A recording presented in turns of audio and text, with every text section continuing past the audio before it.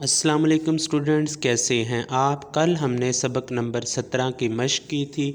آج ہم سبق نمبر 18 کی پڑھائی کریں گے۔ سبق نمبر 18 کا نام ہے ہمسائے۔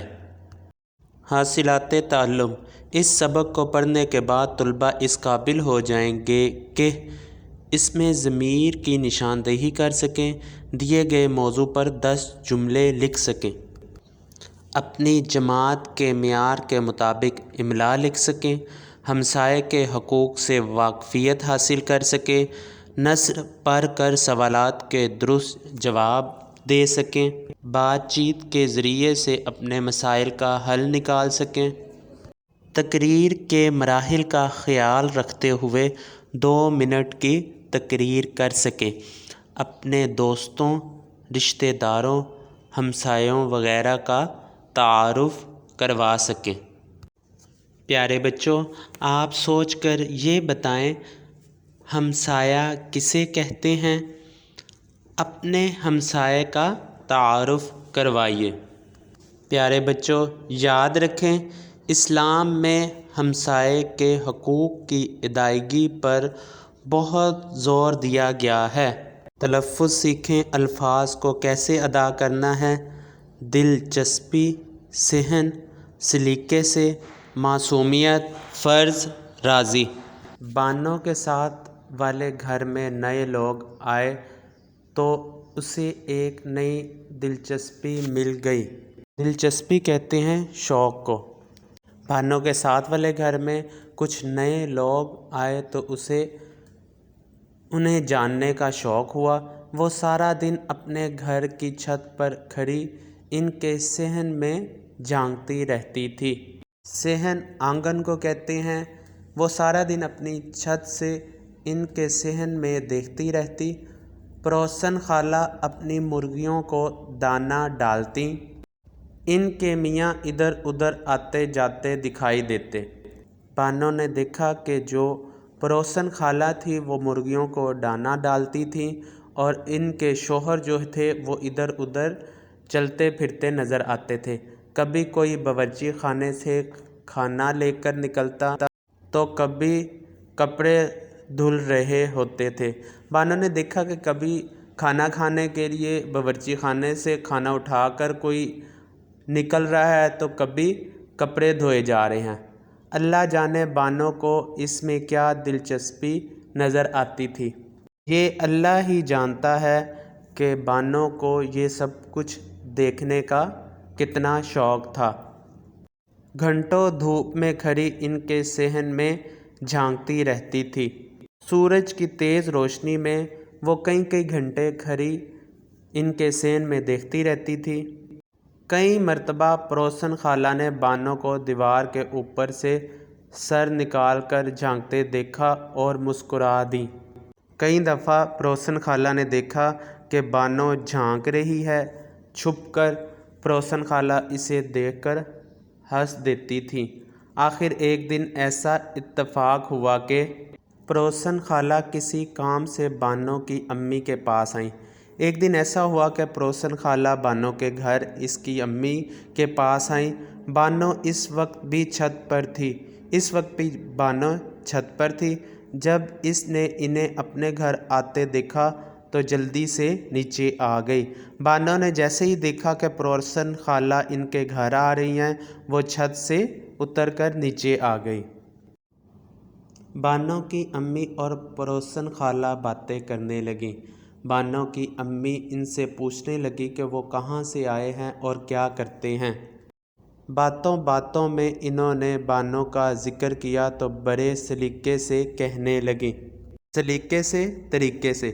بانوں کی امی پڑوسن خالہ سے باتیں کرنے لگیں اور پڑوسن خالہ سے پوچھا کہ وہ کہاں سے آئے ہیں اور کیا کام کرتے ہیں۔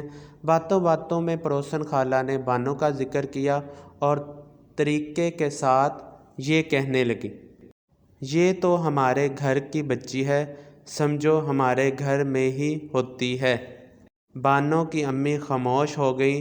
جب وہ واپس چلی گئیں تو بانوں کی امی نے آواز دی، بانوں ادھر آؤ۔ پڑوسن خالہ نے بانوں کی امی سے یہ کہا کہ بانو تو ہر وقت ہمارے گھر میں ہی ہوتی ہے۔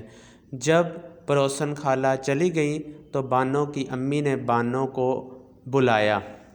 بانو پھر سے چھت پر جانے کی تیاری کر رہی تھی، جلدی سے امی کے پاس آئی۔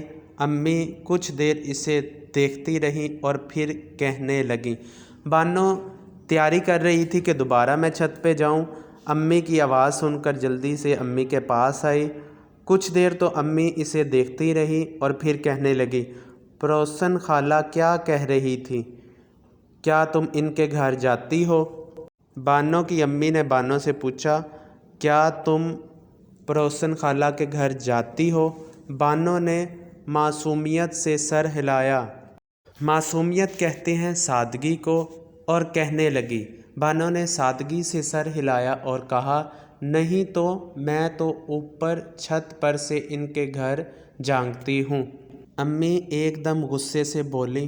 بانو کی امی کو غصہ آ گیا اور وہ غصے میں بولیں، یہ تو بہت بری بات ہے بیٹا۔ بانو یہ بہت بری بات ہے، آپ کو ان کے گھر نہیں جھانکنا چاہیے، آپ کو ان کے گھر میں چھپ کر نہیں دیکھنا چاہیے، انہیں بہت برا لگتا ہوگا، یہ پڑوسن خالہ کو برا لگتا ہوگا۔ بانو جھٹ سے بولی، جھٹ سے فوراً۔ بانو نے فوراً جواب دیا، لیکن انہوں نے تو مجھے کبھی نہیں ڈانٹا۔ پڑوسن خالہ نے تو مجھے کبھی نہیں ڈانٹا، وہ تو مجھے دیکھ کر مسکراتی ہیں۔ بانو نے اپنی والدہ سے کہا، پڑوسن خالہ تو مجھے دیکھ کر مسکراتی ہیں، انہوں نے تو مجھے کبھی نہیں ڈانٹا۔ امی نے اسے اپنے پاس بٹھا لیا اور پیار سے کہنے لگیں۔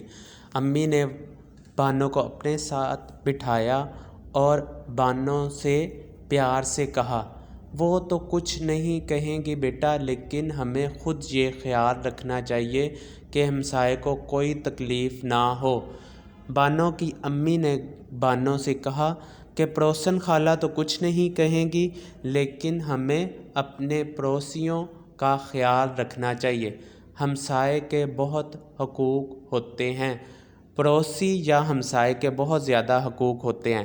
ہمسائے گھر کے ساتھ گھر میں رہنے والے افراد ہمسائے کہلاتے ہیں۔ بانو کہنے لگی، وہ تو اپنے گھر رہتے ہیں اور ہم اپنے گھر۔ امی مسکرا کر بولیں، بیٹا ہمسائے کے اتنے حقوق ہیں کہ کہاوت ہے کہ ہمسایہ ماں جایا۔ اس کا مطلب ہے کہ ہمسایہ ایسے ہوتا ہے جیسے کوئی بہن بھائی۔ بانو کی امی نے بانو کو کہاوت سنائی، ہمسایہ ایسے ہوتا ہے جیسے کہ آپ کا کوئی اپنا بہن بھائی ہو۔ جس طرح ہم اپنے بھائی بہنوں کا خیال رکھتے ہیں، انہیں کوئی تکلیف نہیں دیتے اور ہر مصیبت میں ان کی مدد کرتے ہیں، اسی طرح ہمسائے کا ہر طرح سے خیال رکھنا بھی ہم پر فرض ہے۔ فرض ہے، ہمارے ذمہ ہے، ہماری ذمہ داری میں آتا ہے۔ جس طرح ہم اپنے بہن بھائیوں کا خیال رکھتے ہیں، کسی تکلیف یا مصیبت میں ہم ان کی مدد کرتے ہیں، ہمیں اسی طرح ہمیں پڑوسیوں کا اور اپنے ہمسایوں کا خیال رکھنا چاہیے۔ جب آپ ان کے گھر جھانکتی ہیں تو ان کی ذاتی زندگی میں دخل دیتی ہیں، یہ بری بات ہے۔ بانو کچھ دیر سوچتی رہی، پھر کہنے لگی۔ بانو نے یہ بات سن کر کچھ دیر سوچا اور کہا، اچھا امی، اب میں ان کے گھر نہیں جھانکوں گی۔ بانو نے اپنی امی سے کہا کہ اب میں ان کے گھر نہیں دیکھوں گی۔ امی پھر بولیں، ہمسایوں کے ساتھ اچھا سلوک کرنے کا حکم ہمارا دین بھی دیتا ہے۔ امی نے بانو کو بتایا کہ ہمسایوں کے ساتھ اچھا سلوک کرنے کا حکم ہمارے دین نے بھی دیا ہے۔ ہمارے نبی حضرت محمد رسول اللہ خاتم النبیین صلی اللہ علیہ وآلہ وسلم کا فرمان ہے کہ ہمسائے کے اتنے حقوق ہیں کہ مجھے ڈر لگتا ہے کہ اسے جائیداد میں حصہ دار نہ بنا دیا جائے۔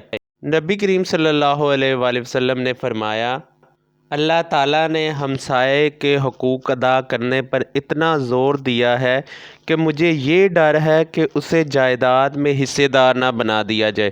جائیداد کا مطلب ہے جو آپ کو وراثت میں چیزیں ملتی ہیں اپنے والدین باپ دادا سے، اس کو جائیداد کہتے ہیں۔ اس میں گھر ہو سکتا ہے، روپیہ پیسہ ہو سکتا ہے۔ اسی لیے جب ہمسایہ ہمیں مدد کے لیے بلائے تو ہمیں چاہیے کہ ہر طرح سے اس کی مدد کرے۔ جب بھی کوئی ہمسایہ مدد کے لیے بلائے تو ہماری یہ کوشش ہونی چاہیے کہ فوری طور پر اس کی مدد کی جائے۔ جب کوئی چیز مانگے تو ہمیں چاہیے کہ ہم وہ چیز اسے دے دیں۔ جب کوئی ہمسایہ ضرورت کی چیز آپ سے مانگے تو ہمیں چاہیے کہ وہ اپنے ہمسائے کو دے دے۔ اگر وہ گھر نہ ہو تو اس کے گھر کا خیال رکھے۔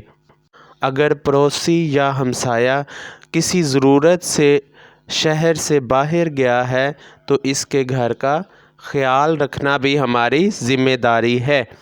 ایسا کوئی کام نہ کریں جس سے ہمسائے کو تکلیف ہو۔ تکلیف کہتے ہیں پریشانی کو۔ ہمیں کوئی بھی ایسا کام نہیں کرنا چاہیے جس سے ہمارے پڑوسی یا ہمسائے کو کوئی تکلیف پہنچے۔ بانو کہنے لگی، امی جو سامنے سلمیٰ رہتی ہے وہ اپنے گھر کا کوڑا اٹھا کر ہمسایوں کے گھر کے سامنے ڈال دیتی ہے۔ یہ کہہ کر بانو ہنسنے لگی۔ بانو نے اپنی امی سے کہا کہ جو سامنے والے گھر میں سلمیٰ رہتی ہے وہ اپنے گھر کا سارا کوڑا اٹھا کر ہمسایوں کے گھر کے سامنے رکھ دیتی ہے۔ اور پھر بانو ہنسنے لگی۔ امی بولیں، بیٹا یہ ہنسنے کی بات نہیں بلکہ بہت بری بات ہے۔ امی نے بانو کو سمجھایا کہ یہ بہت بری بات ہے۔ ہم سب کو چاہیے کہ اپنے ہمسایوں کو تکلیف نہ دے۔ ہم سب کو چاہیے کہ جو ہمارے ساتھ ہمسائے یا پڑوسی ہیں ان کو کسی بھی قسم کی تکلیف نہ دیں بلکہ انہیں آرام دینے اور خوش رکھنے کی کوشش کریں تاکہ اللہ ہم سے راضی ہو اور ہم آخرت میں کامیاب ہو سکیں۔ بانو کی امی نے بانو کو سمجھایا کہ ہمیں ہمسایوں کو خوش رکھنا چاہیے کیونکہ اللہ تعالیٰ نے ہمسایوں کے حقوق پر بہت زور دیا ہے۔ اگر ہم ہمسایوں کو خوش رکھیں گے تو اللہ تعالیٰ ہم سے راضی ہوگا۔ راضی ہونے کا مطلب ہے خوش ہوگا اور ہم آخرت میں کامیاب ہوں گے۔ یہ دنیا عارضی ہے، اس کے بعد آخرت کا سفر ہے۔ اگر ہم کامیاب ہونا چاہتے ہیں آخرت میں تو ہمیں چاہیے کہ اللہ نے جو حقوق ہمسایوں کے بتائے ہیں اور دیگر احکامات بتائے ہیں ہمیں ان پر عمل کرنا چاہیے۔ حاصل مطالعہ: اسلام میں ہمسائے کے حقوق پر بہت زور دیا گیا ہے۔ کوشش کی جانی چاہیے کہ جھگڑے سے بچ کر رہیں اور ایک دوسرے کے ساتھ حسن سلوک سے پیش آئیں۔ حسن سلوک، اچھا سلوک کیا جائے۔ پیارے بچوں، ٹھہریں اور بتائیں ہمسایہ ماں جایا کا مطلب کیا ہے؟ ہمسایہ ماں جایا کا مطلب ہے جیسے آپ کا اپنا کوئی بہن بھائی ہو اسے ماں جایا کہتے ہیں۔ آپ کا پڑوسی ایسے ہے جیسے کہ آپ کا کوئی اپنا بہن بھائی۔